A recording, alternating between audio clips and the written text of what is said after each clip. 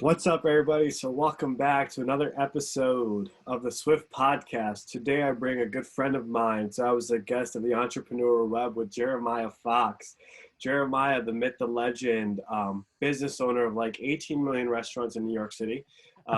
Very, very humble man. A lot of judo, a lot of Brazilian Jiu Jitsu, father, role model, good friend, and a very great human being. Jeremieh, thank you for coming on to the show. How are you today, brother? My pleasure, man. I'm good. I'm very good. Thank you. It's awesome to be here. Yeah, it's been a making for us to try to get you on between your schedule and my schedule. Yeah. But I'm glad you made the time today, and I appreciate you making the time today. And we're going to get right to it. So when I came on to your first episode, it was during the pandemic, and we talked about a lot of stuff. So I think we had a conversation about Ramadan and working out and so forth. But I want to talk to you about how it feels to be a man of 5 restaurants in New York City during a pandemic. But before we get into that, tell us about yourself. Give the viewers of who Jeremieh is and what you're about. Give me your story. Keith, I'm not sure if you can hear me. I can hear you. We're good. There you go. You back? Mm-hmm. Did you lose me? You just edit. Yeah, just for a second. You just edit that part out. Yeah, we'll do that. So backstory, originally from Nashville, moved around the East Coast a lot as a young person, landed in New York, in Brooklyn about 16 years ago, and just was like, this is the spot. And, it was a very interesting time. I grew up and came up under a number of just like hustling dudes. Like my grandfather, several family members own their own business. And I worked for them and some other people that became mentors to me when I was young. I was always fascinated with this idea of just like being my own boss. I really love that. I was just like disgusted by the idea of a 9-to-5. So I did everything in my power to derail that, like even to my own detriment at times, but it worked. Awesome. I dropped out of 2 high schools, just like refused the educational process, but somehow ended up with a master's degree in music performance of all things. Wow. And yeah, lifelong musician. My mother is as well. So I went down the freelance musician route, again, wanting to be my own boss, wanted to create my own schedule. I've always been fascinated with like the nightlife, not the day life, not the daytime kind of grind. So I did that for a long time. And of course, that's a tricky business, freelancing. That's why most musicians are very good bartenders or, servers or cooks, because you got to do something to eat. And I ended up in the restaurant industry as well, and kind of just like went back and forth between the two, ended up learning a ton about food and beverage, wine, spirits, and it just kind of mushroomed. And most of my efforts once I moved to New York City was put into the food industry. I still did plenty of music and still continue to today. But at that point, I was kind of like, I was 29, 30 years old. I'd kind of done that for 10 years. And I was, the allure had kind of dissipated. Once you actually get inside and see what you have to do to make money, you're like, oh my God, this is kind of disgusting and gross. I signed up for. So I continued to do my own stuff on the side, but it was no longer my main source of income. And restaurants and the food and beverage industry in general. I did tons of retail as well as full service. So working in wine and like boutique wine and spirits shops. I still do. My business partner has one right up the street from us, and I spend I'm there every day and do a lot of support stuff for that business. I'm not on the floor selling so much, but I did that for years. And involved in food retail as well. I'm the chairman of the board of the Windsor Terrace Food Co-op, which is a community-owned grocery store. Basically, it's small, but we handpick all of the things that we sell. We're investors in it. We get a price break. It's not for profit. You can't legally in New York State file as a nonprofit grocery store, but we're a not-for-profit operation. So all the money gets reinvested back into the business to keep the prices down. Most of the labor is voluntary. It's a really interesting business format. And that was, I just wanted to really get inside of all the different inner workings and mechanisms of business that became an infatuation at some point. And that's where I find myself today, just like working, like you said, I've had numerous full service and partial service restaurants and cafes throughout New York City, and also retail. And then I've also been a fitness and martial arts instructor for several years as well. Wow.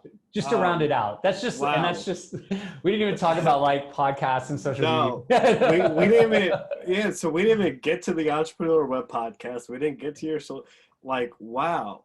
Like if that isn't what's coming out of your mouth for those listening right now, I don't know what is. Do you find yourself being pulled in multiple directions? I feel like this would be a good transition to like work-life balance, right? Like you're doing a lot, man. Like I didn't even know half this stuff until today.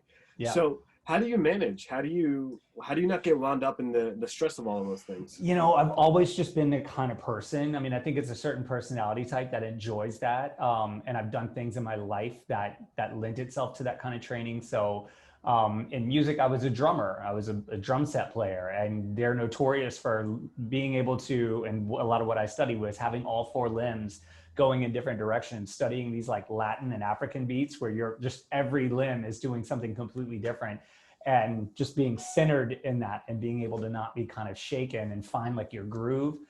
Restaurants, man, they teach you that big time, especially kitchens. You got like fire and knives and sharp objects and like, crazy personalities. I mean, ex-cons and everything. And you just learn how to like navigate those waters pretty well. So a lot of that training, and then also the martial arts that I particularly am fond of, like jiu-jitsu, judo, and Muay Thai, capoeira. Same thing, you know, you're always, you're just under this pressure, but there's never an end. You're just constantly like spiraling and answering the question, and it's about survival. So all of those things contributed, but I definitely think it comes down to certain personality types where some people just are not cut out for this. The same way, you know, some people are introverted versus extroverted, you know, that's just like the DNA I was given. And once I realized that and really got to know who I was and was comfortable, like not being apologetic for it anymore, I just went hard on it. Then things really started to open up for me. That's amazing. So I don't know where to start, man. There's so much we can open up with you with, like, wow. There are. So I guess in the grand scheme of things, when you look at it in the first lesson, he just told you the man is the ultimate definition of hard work. Puts a lot of value. I like to work hard. Juggling, right? And I think that's amazing, right? I think that's one of the biggest things to happen. So we were initially talking about, like, you know, then the pandemic happened. So now our businesses aren't really operating well. So how'd that transition occur for you, and how much did it impact you? You know, it impacted me in a big way. And especially, it's funny because like the retail stores got really busy and we had to adjust a bunch of different things. We had to go to, you know, we didn't have mechanisms in place for delivery and for online ordering and for curbside pickup. None of that existed. It was just like a store you walked in. So really quickly, we had to get that stuff set up. And we were successful, and they did really well, where the service places, obviously, I mean, we're at a point where we can't have customers inside. You can only sit outside, but it's January and we're in New York. So it's like not great circumstances. Like snow and rain and wind and all this crazy stuff. And even, you know, we've got a backyard and there's people setting up on the curbside, you know, and you have coverings and you have outdoor heaters, but still you're outside. Cool. Yeah, it's cold. So, you know, sales have definitely been down there, but all of it was just a great opportunity to learn. And that's just how I looked at it. You know, it's just like, there's a great, you know, martial artist, one of my heroes, I would say, Renzo Gracie. And he always says, you either win or you learn. Like, that's it. If that's the mindset you have going in, you actually don't really lose. You might not win the match. You might not win the day. You might not whatever, but like, as long as you can continue and you took something away from it, it's going to help you the next go round. For me, especially being in the restaurant industry in New York City, like just one of the toughest industries and one of the toughest markets in the world, we were trained for this. You know, it's always just like complete chaos and disorder, which is one of the things I love about it. Like as soon as something is orderly, I'm like bored. I'm like, well, let's go find the next thing. I used to think I liked chaos. And it's funny because my martial arts instructor pointed out to me maybe like a year and a half, 2 years into my training, that was how we got to know each other, you know, and I said something about it and he goes, you don't like chaos, you like order. And I'm like, what are you talking about? And he's like, what's your sock drawer look like? And I was like, it's impeccable. And he's like, you like to make order out of things. After watching me train for so long and talking, his a neighboring business as well. And so we would talk shop as well. He's like, you like order. As soon as something is orderly, you're off to the next thing. You chase chaos simply to make order out of it. And it was just like, my face was like that emoji where the head is exploding out. I was like, You know, because I was like 40 years old when he said that to me, and I was like, all this time I thought I was just like a chaotic person, but it's the opposite. And that's the beauty of martial arts, is it like it's a reflection of your life, and it teaches you things about yourself. You know, it's very honest. But That's I was just going to finish with like one of my friends who also trains with me early on in the pandemic. Everything was crazy, absolutely crazy. I'm talking like March 30th or like April 3rd or something like that. And she had stopped by the restaurant, and every conversation was just like, what's happening to the world? What's happening with all, we're in a high concentration area with lots of businesses, and they were shuttering like left and right. Some people were doing better. Some people were losing out. Some people were just surviving. And she just looked at me at one point and goes, "You love this, don't you?" And I was just like, I do. Like, I've been so excited. My only day off this whole time since Friday, March 13th was Christmas Day. Everything was shut down. And I even had to come to the restaurant because a tree blew down across the street, like just a couple doors down from the restaurant, and like a big tree. And I was like, man, I bet that tent like blew away. So I actually had to come and make sure like the tent wasn't mangled or in our neighbor's backyard or laying on top of a car or something like that. But literally, like, I've had one day off, but that's just how I like it. That's how I roll, man. That's amazing. I think right then and there, you have your first lesson for our viewers and everyone listening and watching is he chases chaos to make it order, and he drives from hard work. And a lot of us fear chaos. A lot of us are scared of chaos because you don't know how to react. And it's more of like, what happens when this occurs? You're not really planned for it. And I feel like this is your bread and butter of adapting to chaos, like of knowing what to do and holding composure. I think you have to have a different sense of composure to be able to do what you're doing and do it successfully, right? That's amazing. I think it's rare to see that. I will say that. That's been kind of the takeaway. And to me, it's normal. So people say to me like, this is crazy. And I'm just like, I don't know, it seems normal to me. And again, I think it has to do with like DNA. I was always in this kind of thought process, just like as a kid. And always I got into a lot of trouble. I got into a lot of trouble as a kid, like a felon at 14, and just, Wow. yeah, I know what a jail floor smells like, stuff like that. Wow. Look at you. I know, it's really funny. Start them off young, man. yes. But at the same time, like just taking the opportunities that life offered to embrace that as well. I mean, it's just like another great martial arts saying is,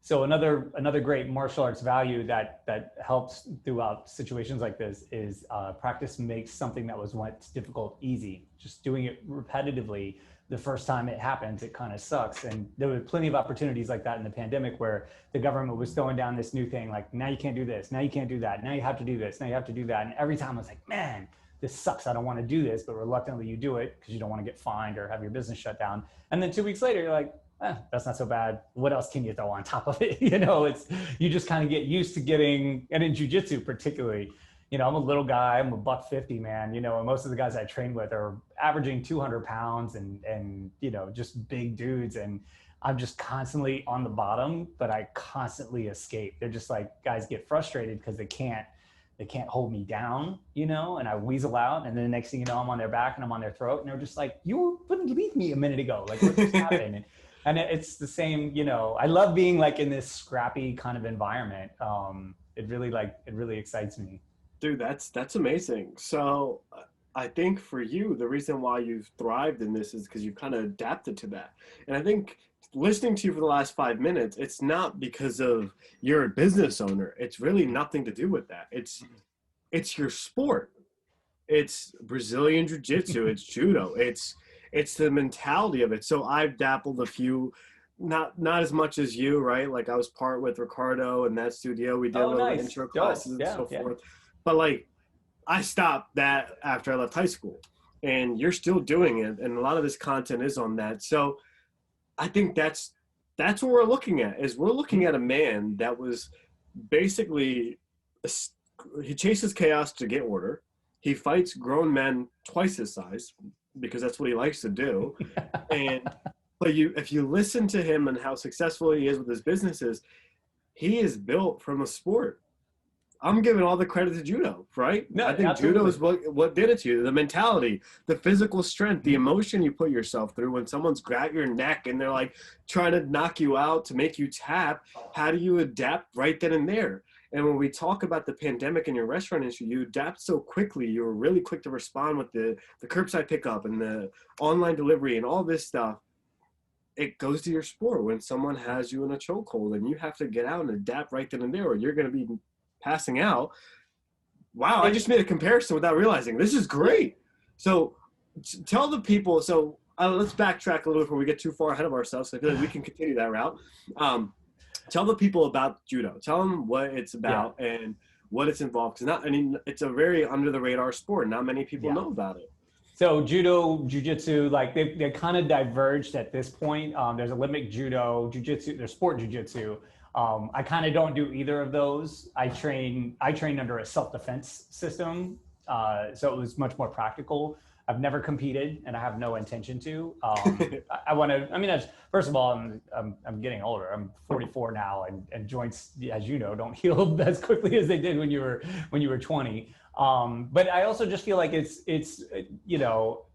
anticlimactic in the whole point of it all. And that's what you were just alluding to. So going back to like the beginning of judo in 19th century Japan, Jigoro Kano, who was the father of modern day judo, he bridged the physical aspect with the mental aspect. Both components were necessary for success. You couldn't just be a great judoka in terms of your throws. If you had great throws, but you were an asshole, you were a subhuman, basically, so it was really important to balance like you were asking about work-life balance, balance your psyche, your mental state, your persona. As your training developed, so should your mental state. And that was coming out of, back then, I mean, this was like post, like wartime Japan. It was peacetime Japan, but they were still training in this old style called jujutsu, which was like brutal, like weapons removal and everything. And guys were dying just in training sessions. I mean, it was bad, we're just sparring today and sorry, we killed a Kiko, it was just accidentally, but he's dead. Sorry, your dad's dead. So Kano was like, all right, we need to like calm that down. We're not in wartime anymore. It's the beginning of the modern era. And he was really big on education as well. So that ended up through Japanese judokas going to Brazil, where a couple Brazilian families, but the main one is the Gracies, really adapted it, adapted it as young men. And they were tiny. I mean, they were smaller than me and they would beat guys twice their size.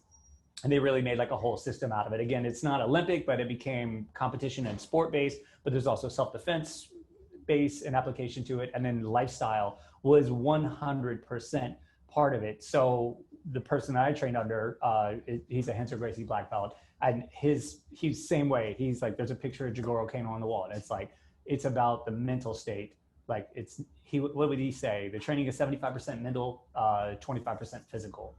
But all you see is the physical, but it's like who you become, what you have to shed, like the skin you have to shed along the way to become a much better person, where you can defend yourself, you can defend your family, you can defend others, but you can also protect yourself mentally from the barrage of just like negativity, because the mind has a negative bias, like naturally, instinctively, it's as humans, it's easy for us to complain and to cry and to think, oh, what was me, especially in the modern era.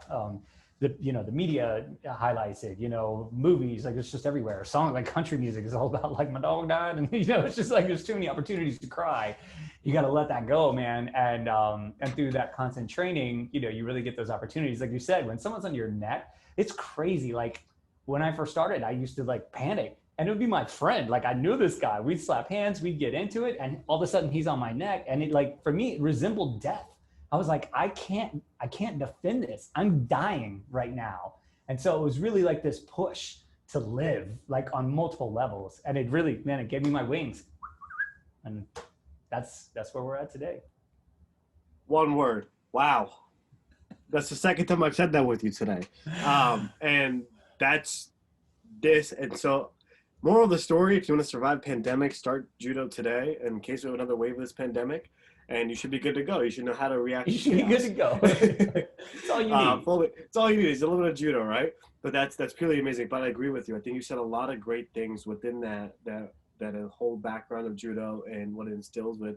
I think what people don't realize is the mental capability of what your mind can purely do on like how much you can push yourself mentally in a certain position to instill the next obstacle, or like what you have to get yourself in mind, the clarity, right? To get yourself in a clear sense of mind where it's not with all these thoughts and all these images and all this like negativity of like, you can't do this or you can't do that. And I think, like you said, someone's choking you. I can't be focused on anything but living at this point. I need to make sure I get out of this chokehold or I'm going to die.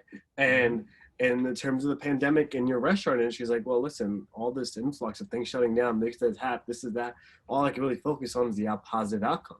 And that's what you're teaching these viewers today. You're teaching the listeners today is how to be positive in the most negative situations. When someone's choking you to death, how do you come out of that? Or if someone's telling you shut your businesses down, how do you come out of that? And I think you've done a really great job of that, man. That's bravo, man. This is truly amazing to see. So how long have you been actually doing judo now at this point? How many years? It's like 5.5 years of like solid commitment, like daily training. You know, I dabbled in martial arts when I was younger, like karate in the 80s, because that was like all the craze back then. Some yoga and Tai Chi in the 90s, a little bit of staff work, things like that. Cool. And then, you know, then I was a competitive distance runner as a kid. And that was always like my main thing. I you know, did anywhere from like 1 mile to like 10K races and won a bunch. Even as like, at like 9 years old, I was like winning races, you know, like beating all the adults and everything. Stopped doing it, you know, competitively, you know, in my teens, and just started to get into trouble. And my parents split up, and my dad was my trainer. You know, I lived with my mom, so my life kind of like deteriorated a little bit that way. But it was something that I always did, and I always stayed physically active. And then, you know, it's funny, like once I moved to New York, there's like this whole, you know, park workout, gymnastics, calisthenics based thing happening, you know, and I got roped up into that. So like, taught myself to muscle up and started doing levers. And then like, I'm with this group of guys in like Prospect Park in Coney Island and doing like these crazy things. And I've maintained that as well. So I was always looking for like a new kind of exotic almost workout. Like my dad's a power lifter and I was never like into that, you know, just like, I don't care, you know, great. You can bench 350 pounds. That doesn't help me at all. So once I found like a real great martial arts school, which I did, I just went all in, and I continued to do the other things as well, but that really took over. And you know, I'll say this too. Two things actually. One, to your point about the mindset and about small business, is one of my favorite quotes. I think it was Simon Sinek, but I might be mistaken on the person that actually said it, but it's a popular quote. And they said, most business fatalities are a result of suicide, not homicide. Meaning it was the owners, the business owners, the governing body that gave up. And that's why the business didn't survive. It wasn't actually like market forces or being undercapitalized or these other things that happen that make it difficult. It's your fortitude, because you can weather a lot of storms. You know, you can really weather a lot of storms as a business owner. It depends on what you're chasing. You know, one of the things for me, I mean, I had staff that had families that depended on us. And I knew that if we closed, those guys would be out on the street. I went 6 months. The first 6 months of the pandemic, I didn't make a dime off my restaurant. I couldn't extract a penny off of my restaurant, because if I took any money, it would be taking it away from them, or it would put us in a situation where we would close. We just didn't have the money. I have other forms of income, and I started to collect money after 6 months. But again, like I think the month of January, I'm not taking a dime. But it's like I'm just so committed to that. I don't let profit drive me. You know, I'm more focused on like external things, like their livelihoods. Like my head chef just had a baby, and like I need to take better care of him right now. You know what I'm saying? That's my mentality. So that is kind of what's pushed me through. The other thing is the idea of your physical state being just as important as your success. So are you familiar with Firas Zahabi? Yeah. Yeah, so he's kind of fascinating to me. And it's funny because between my chef and him talking about training during Ramadan, and then seeing you talk about it on Dom's show, I was like, I got to have you on the show, because like, to me, it's the same. It's just like operating under a pandemic. You guys train once a year. You train your body, you train your mind to give up food for a large portion of the day. and still go work and still go work out. Like my chefs, both of them, my head chef and my sous chef are both Muslim, and they're making food for people for like 10 hours a day and they can't eat. And I'm like, this is torture. This is absolute torture. And they just bow their heads and they're like, no, it's okay. And I'm just like, and then I feel bad because I'll get hungry and I'll be like, man, I'm starving. Can you make me some food? And then I'm like, I'm sorry. Like, I didn't mean to say that. I'm just a little hungry. It would be great if you could make me some food. But that to me is fascinating. But Fierce the Hobby always says, you know, he was on like some tech show recently, which is really awesome because the host was like looking at his audience. He's like, I know you guys aren't used to me bringing on like professional fighters, but listen to what this guy has to say. And he was like, you could be super successful and super smart, but if you got a dad bod, to me, you're not living your best life. There's something missing. They all need to be in line. You need to be in good physical shape, like a war general. Like those guys don't come out flabby and have the respect of their army, you know, like you have to be tight, you have to be sharp. But also a great way to negate that negative, you know, impact of the mind and the world is just getting those endorphins released by some physical activity, even if it's 30 minutes a day. And I love to do it first thing in the morning, like get up, I make a cup of coffees, I, you know, get everything like just situated. Where's everything at for the day? Okay, let's go. And I'm either going to the park to hit the bars. I'm either doing kettlebells. Thank you for all those really great kettlebell exercises. I try like one new in a week that I see you do. And I'm like, man, some of them I got to ask you about because I'm like, I'm not sure I'm doing this right. This one's a little questionable, but lately my favorite one's been the snatch from the knees. That's like next level snatch, man. You really have to work on that. Yeah, absolutely. And then still, you know, I have my own like little mini dojo in my basement right now. So I still train with my guys like 4 or 5 days a week. But like, no matter what, I make myself every day, no matter how tired I am from running all these businesses. And I mean, the pandemic's been rough because I had to become like a laborer again, where for like the previous few years, I had staff. I was at all the businesses every day, but there would be days where I did like six martial arts classes because I would check in, you're good, I'd go do a couple classes, I'd check in again, you guys good, I'd go do a couple classes, I'd come back in the evening, everybody's good, I'd go do a couple classes. So I was like nice and ripped, you know. I was like, I could eat anything I wanted at that point, you know, like never gain an ounce. But you know, really just making sure that I still like get those endorphins released and clear my mind. In martial arts, they say empty the cup. It's just like, you just like let it all out. That's why you bow. You're just like symbolizing to the world and to your training partner and to your school and to everybody, like I'm letting go of some stuff, some bad stuff, so that I can put some good stuff in. And that's how I roll every morning. And just like, it's gotta come out. And then it sets me up for the rest of the day. Like I always, and even if I have a bad night, I know the next day I'm gonna do it again in the morning and we're gonna be good. That's amazing. And I think that the beauty of it is you link it back to wellness, and the W in Swift podcast is wellness. And for you, the wellness aspect of being a business owner, being a father, having judo as your overall approach to life in a sense is why you are what a true definition of wellness should be. It's not about the most physically fit person physically, right? Like appearance wise, it's going to be the most physically fit person mentally and structure and composure and holding all those senses together. Yeah, nutrition is big. Yeah, exercise is huge. All those things play a factor, but is that truly the definition of wellness? I believe wellness to be what I see in front of me right now is you have a man who knows that I have people relying on me for their livelihood. I have kids looking up to me. I have a family to feed, but I also know their families are feed. And the beauty of it is I just had an episode talking about passion and chasing your passion and letting that be the growth. And as business owners, most people really just care about is money. I want money. I want money. I want money. And here you have a man with 5 successful businesses, if not more, that I probably don't know because he just named like a million to me. But at no point did he ever say I wanted to do it because I wanted more money. It was just his ethics of hard work. It was his ethics of passion of being an entrepreneur. So basically, I don't really care about food as much. I just want to be my own boss. That's my truest passion, is having the freedom so I can go take my judo classes 3 times a week or 7 times a day. And I can go take care of the kids, or I can get up and run for that. And I think that's what brought you to who you are today. So you had the sport that developed you for the wellness realm of being completely whole center, but your passion is what took you there. And I think that's the beauty of it all. And I think people don't realize it. And it just clicked with me of now it makes sense of why you do what you do. It all makes sense. I've seen some crazy things on his page. I'm like, what is this guy dancing in the middle of the park for? Like, what the hell is this? Like, why? And I'm like, why are they clapping like that? Why is this guy, what is going on? And I've seen a lot of great content. I'm like, yo, he's getting pinned by this 20-year-old. He's going to die. They're choking him out. Oh, wait, he came out alive. And that's it, right?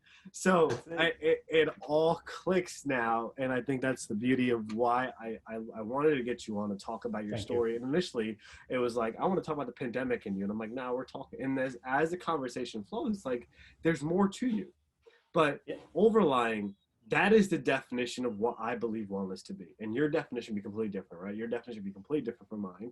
Your definition be on the other side, and I'll hear your definition shortly. But my definition is what I saw. In the mix of chaos, can you hold composure? In the mix of chaos, can I stay focused in the vision? If someone has me in a chokehold, can I get my mental clarity to get out of that? But also, am I physically fit? Am I mentally able to handle the task given to me and pursue that? And if you can do all of that, then you, to me, are physically fit and you are well. And I think that's what being a well-rounded individual are. Yeah. So now, 100%. Yeah. You tell me your definition. I know we're going to have different thoughts on it, but like, I think you're the living breed of wellness, man. I mean, there's there's my definition for me, but I think it differs for what I advise for most people. You know, I think like I said earlier, I think you have to have some sort of fitness. You have to have some sort of, you can never control your body, but you have to have some say in it. You know, you can't be completely hands off. And I think it's important to chase your passion. I definitely have done that. But I learned the hard. I mean, believe me, I made lots of mistakes along the way, like almost catastrophic many times. And often that was a result of chasing my passion too much and not balancing it with the hard work. So for me, the physical fitness side is about the dedication to work and the focus and the repetition, because that paramounts everything. Like, you could have the biggest passion in the world. Like, when I was in music school, man, I wasn't the most talented guy. I had talent, but there were guys that would come in that were just like phenomenally talented at a super young age. And, you know, the big instructors wouldn't be impressed by them. And I'm like, yeah, they're great now, but will they be great in 20 years? Are they going to peter out? And oftentimes they would. We're like the guy that just keeps hammering the tree, you know, 5 times a day. Eventually the tree's going to come down, you know? So I think the hard work component is one of the bigger factors in like your success. It should be balanced with passion. So wellness to me is like those two juxtapositions, like the guy that's just out there laboring, like blindly, like not thinking about what his goals, his long-term goals are, or where his heart is, like literally just hammering for the sake of hammering to get better at hammering so that he can hammer again tomorrow, you know, but that will support whatever his passion is. And, you know, I think most people should understand their boundaries. And there's a couple different ways to do that. You know, one, you know, classic martial arts value is, if you want to find the middle, you have to understand where the extremes are.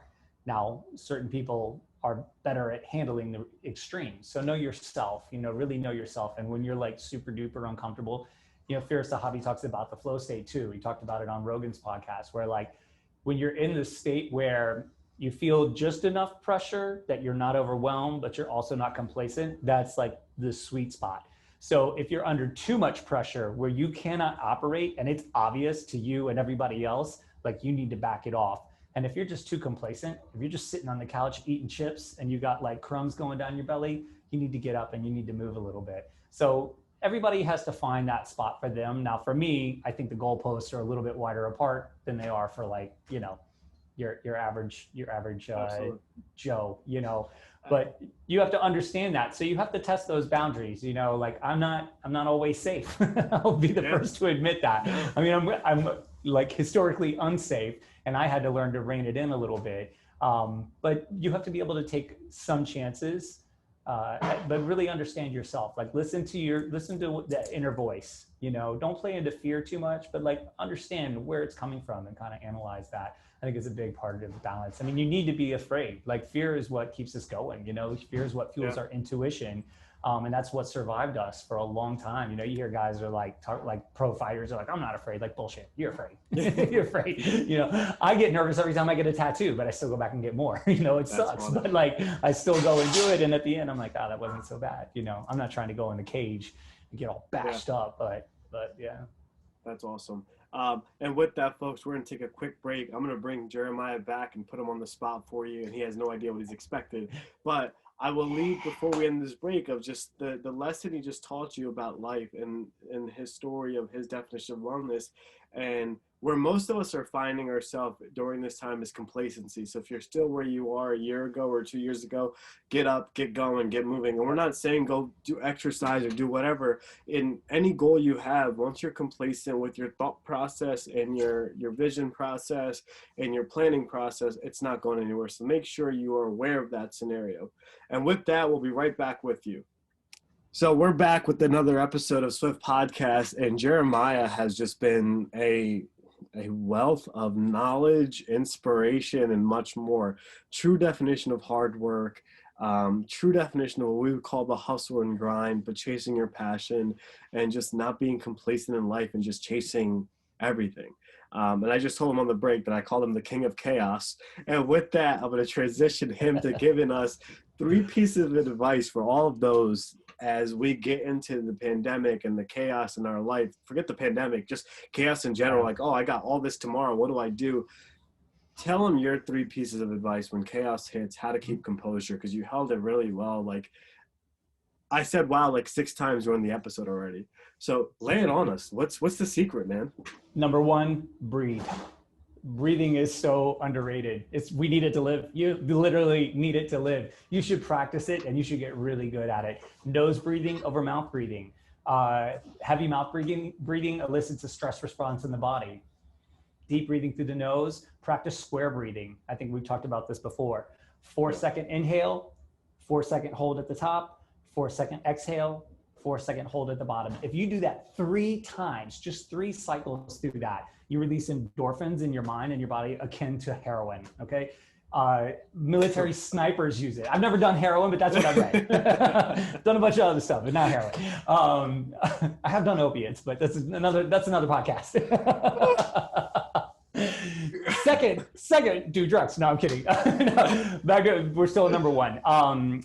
Like military snipers use that breathing technique when they're about to like make the shot, like, because it's crazy. You can't miss. If you miss, you know, you alert everybody to your existence and you miss the target, like all those things. So they like, it's a big factor. And I use it all the time in jiu-jitsu. It's constantly stressed in martial arts, like breathe, you know, you exhale when you strike, you inhale when you retract, like it's all a big component of it.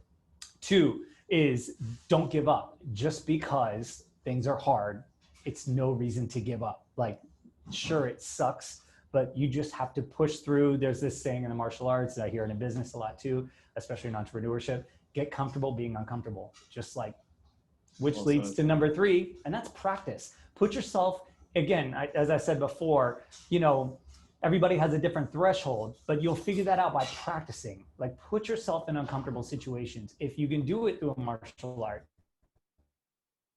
do it through a martial art. If you can do yoga, do it with yoga. If you want to do distance running, if you want to try swimming, if you're not a good swimmer, throw yourself in the water and work it out. Not deep waters, but figure it out. You know, like, put yourself under some pressure situations. Get a little outside of your comfort zone, and that will better equip you. The more you do that, like, there was a point where I was training 20 hours a week, you know, and it was just a constant beatdown to where nothing fazed me anymore. I just, like, literally, I would come out, I'd walk into the restaurant, or I'd walk into the wine store, or walk into my household where there's 3 kids and a pissed off wife and everything's flying. And I'm just like cool as a cucumber. And people are like, how? And I'm like, I just had a 280-pound guy on top of me and I got out. You know, like, I practiced, and like, that was much harder. The more you do it, the easier all these things get, and you get used to getting bumped around. I mean, I think Fair Sahabi said it on that most recent show too, like, the generations are getting softer. You have to practice your toughness. You have to really, like, practice it these days, where 200 years ago, it was it was inherent. You were going to get it unless you were like a prince or something. Everybody else, they had it tough. You know, I'm talking like no toilets and like, you know, real tough, like things we don't know anything about. You have to practice that stuff, man. You know, I'm not saying like, you know, go live in the woods yet, but maybe try like whatever works for you. If you need to go in the wilderness and learn to hunt and learn to cook, learn to actually cook, things like that. You know, it's not easy. Put yourself in these compromising situations, but in controlled environments that give you the opportunity to practice your breathing and practice not giving up, so that when the real pinch comes, and I think that's why I was prepared for this. Like when it just started, I was just like, there was like one afternoon where I kind of freaked out a little bit, and I was like, okay, we're done, carry on. And it's just been like golden ever since, you know. And I had bad days, but I just never ever give up. I never ever let it, like when people are like, oh my God, Jeremiah is getting negative, it must be really bad. Because like I'm always like the last person to fold, and then there's sometimes where I'm just like, man, I'm going home. And then, but I get up the next day, sun is shining, I'm still alive, got my fingers and toes.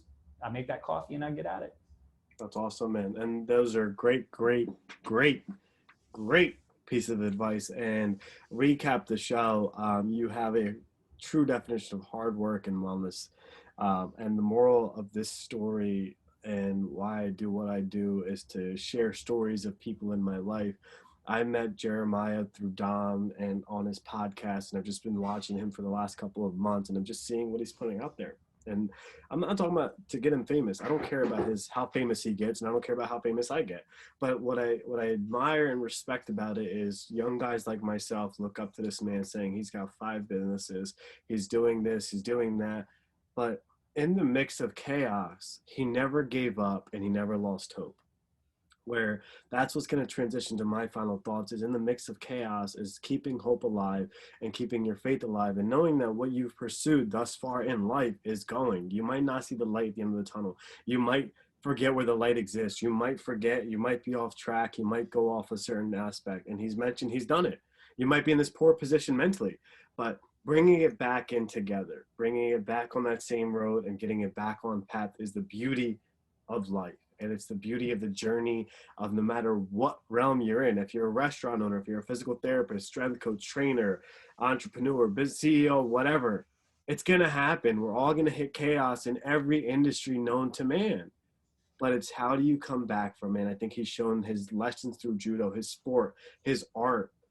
He's a musician by drummer, but his true art, I believe, is judo. I think that's where his true sense of whole became.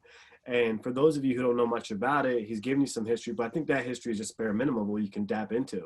And I think that's the biggest lesson you can get from is a true definition of being well and why the Swift podcast exists, why wellness exists in my Swift podcast is because I want to show you examples of wellness where mentally, physically, emotionally, it's all there. And the mix of having 5 businesses that might shut down by the end of the year, holding composure is a key component, not being complacent, but adapting to what's facing in front of you. I think that's the biggest lesson he can always teach us through his story. And I thank you for sharing that. Some of the stuff you shared is a very personal thing. Like not many people will put it out there, but you're doing it to inspire people, which I truly respect about that. And I hope you guys enjoyed this as much as we did. You will see this man again. So Jeremieh, thank you for your time on this Sunday afternoon. I know you're a busy man and it was a pleasure, man. I really do thank you for coming on today. My pleasure too, man. I always enjoy this kind of stuff and great work, man. Really impressive. Thank you. I appreciate it. Until next time, folks, we'll see you with another episode. Tune in next time. Bye-bye.